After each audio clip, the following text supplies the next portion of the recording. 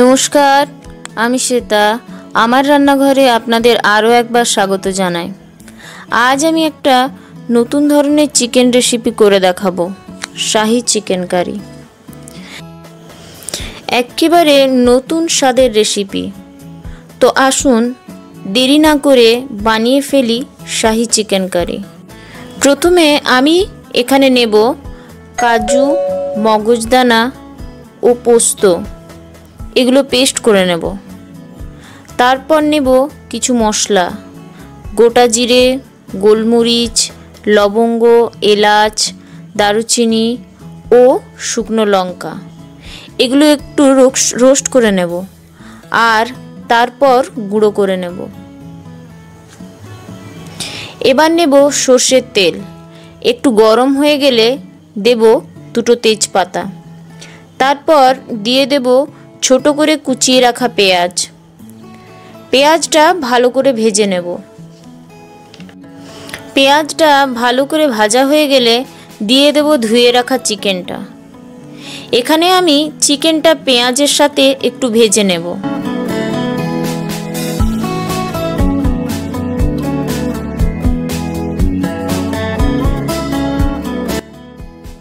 দু মিনিট ভাজার পর একটু ঢাকা দিয়ে ভাপিয়ে নেব। এখানে চিকেন থেকে একটু জল বেরিয়েছে।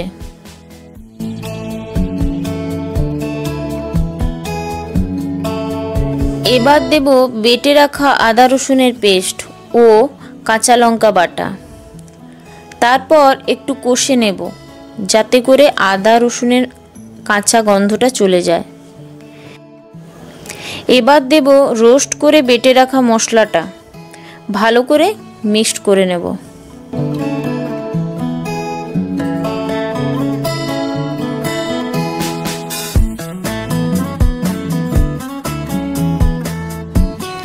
এবার দেব কাজু, পোস্ত আর মগজদানার পেস্টটা, খুব ভালো করে মিক্সড করে নেব।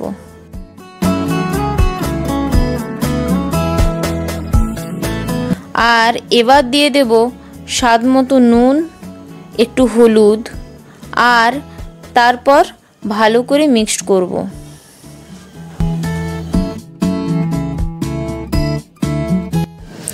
এখানে আমি টক দই ফেটিয়ে রেখেছিলাম, সেটা দিয়ে দেব আর ভালো করে মিক্সড করে একটু ভাপিয়ে নেব।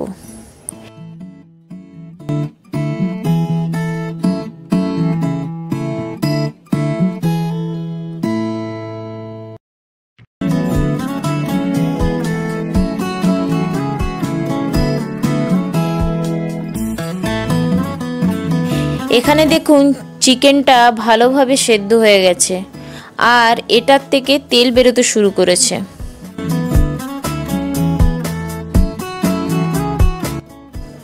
এখন আমি ওপর থেকে দিয়ে দেব কস্তুরি মেথি। আরও একবার ভালো করে মিক্সড করে গরম গরম পরিবেশন করব।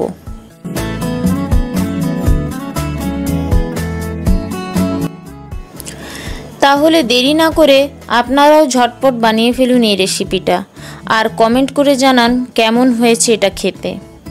রেসিপিটা ভালো লাগলে শেয়ার ও লাইক করতে ভুলবেন না। আর পরের রেসিপিটা দেখার জন্য চ্যানেলটা সাবস্ক্রাইব করে রাখুন। আজ এখানেই শেষ করলাম, আবার আসবো একটা নতুন রেসিপি নিয়ে। ততক্ষণ পর্যন্ত সবাই ভালো থাকবেন, সুস্থ থাকবেন আর আমার চ্যানেলটাকে সাপোর্ট করবেন।